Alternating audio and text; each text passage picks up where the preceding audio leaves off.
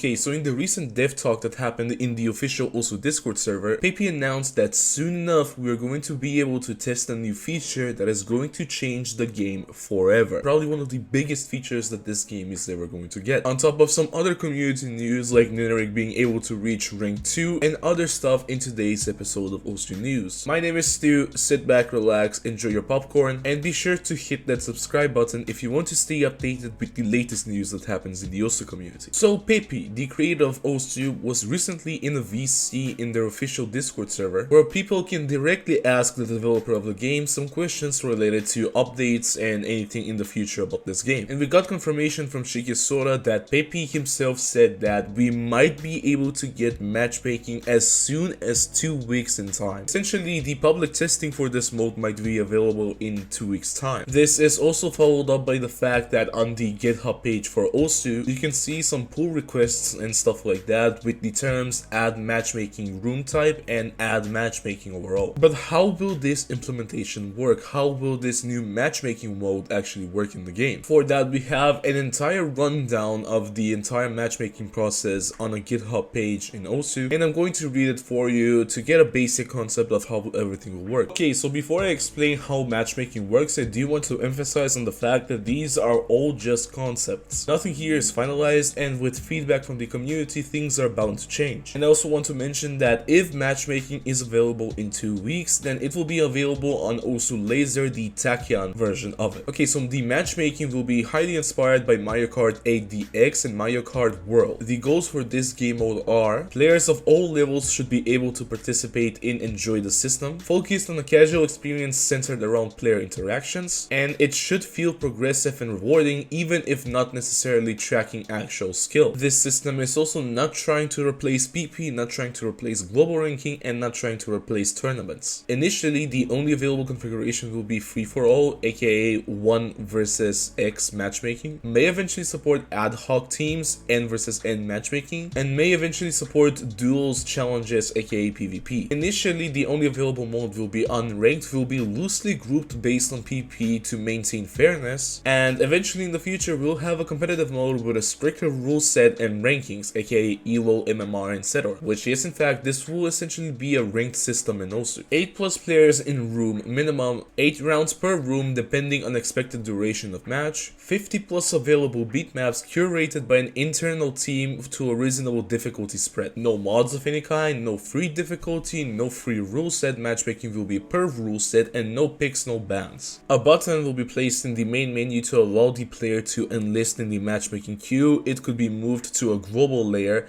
aka the toolbar, where it is more easily accessible for other screens. Basically, with this you will be able to queue up for matches. There will be some kind of indicator for whether or not you're still searching for matches or not, and how long you have been waiting for. And afterwards, when they've matched to find a match, you will have a enter queue or leave queue. If you enter the queue, it will say join new match, and it will show you the amount of players that have been joined. And if you don't join in time, it will have some sort of message that will tell you that you didn't join in time, and it will essentially kick you out of the queue. The room screen will be players' main interaction with the lobby. Prominent features are some text that displays the room's current status, the panel that displays the room's current operation. This panel transitions to take on different roles depending on what action the server wants players to take, and of course a chat box so people can communicate between each other. Prior to every round, the server instructs players to select suggest a beat map. Duplicate beat maps may be suggested. Players that fail to select a beat map will have a random one picked for them after the timer runs out. After the players have selected their beat maps, they are gathered, and the final selection for the round is decided by RNG. Gameplay starts soon afterwards, and the loop returns with the room screen for the next round. And also there is a bit of a preview for how this RNG thing will go like. Here is a preview of how that may look like, but keep in mind that it may change, since again all of this is not a finalized concept.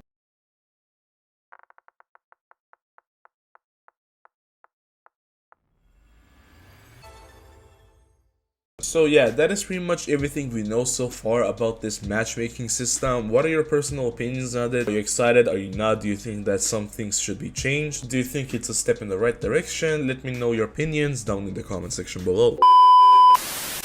Yo, so before we continue with the rest of the video, I do want to inform you on the fact that Drunkdeer are currently doing a back to school sale and you can get 30% off your purchase on any keyboard. Again, this is not sponsored, but I really wanted to mention this. The A75 Ultra is as low as 150 bucks, and all of their first generation keyboards are all below $100. On top of that, they started selling their new Kion switches and you can save 50% off per switch. If you're planning to buy a keyboard for yourself, then be sure to use my affiliate link down below. You're directly supporting the channel with that and it doesn't cost anything. And be sure to use code STU at checkout if you want to get an additional $10 off your purchase. Anyways, back to the video.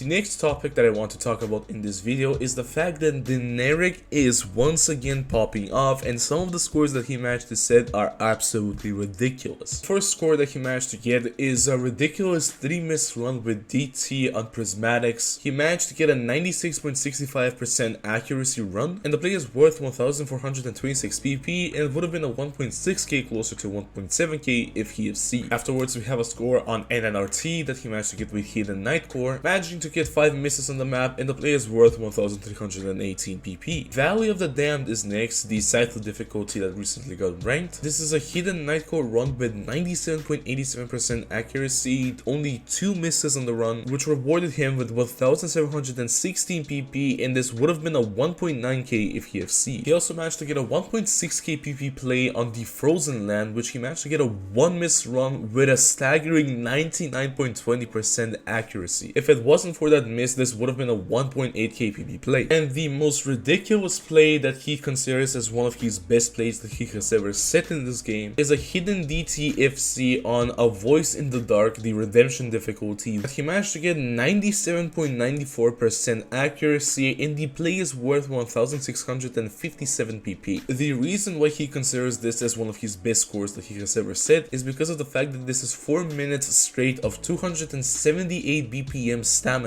with no places to pause or readjust grip reset drift. And thanks to these scores, Ninerik is now the second person in the game to ever reach 30,000 PP in total, and he managed to snipe a Quillibet once again, taking his second spot on the global rankings, which means that the current difference between the rank 2 spot and the rank 1 spot in PP is 2658 PP in total. Still a long way to go, but players are catching up to MrBeast. How do you personally feel about Ninerik's recent pop-off? Do let me know down in the comments. Do you think that he might be on his way to catch up to MrBeast? But of course, other than that, we have some other important news that we have to talk about in this video. BTMC is featured on the latest MrBeast gaming video, and he has a pretty big role in that video, so if you want to watch it for yourself, I'll leave a link in the description. The Katagiri bootleg version of Send On Life has been vetoed. Bubblegum Bitch Nightcore and Cut version is now qualified. October Starlight Forever Side A Part 1 has been ranked. This is a marathon map made by Mismagius. Speaking of which, Mismagius has obtained his 3rd badge for ranking 100 maps in the game. Andrea, a very OG mapper in the OC scene, is the first person to have 400 ranked maps in the game. Anime 2024 mix mapped by Nito and 42 other mappers is now qualified. On Osu Laser, there is now a new mod icon for the DT mod, so here it is. Do you think that it's better or do you think that it's worse? The nearly 18-year-old bug causing Osu to stutter on the first object of some maps is now fixed in Tachyon. Pepe's Osu account is now officially 18 years old, and there is now a new featured artist. I unfortunately cannot pronounce this. At 18 UTC, I will be doing setup reviews on stream at twitch.tv/stu. If you want to participate in this event, then be sure to join my Discord server linked down below and send a picture of your setup in this text channel right here, and of course be on the stream itself. But yeah, that's pretty much everything. Thank you so much for watching. I really hope you enjoyed. Be sure to watch my previous Osugame news episode if you haven't watched it, and I'll see you in the next one.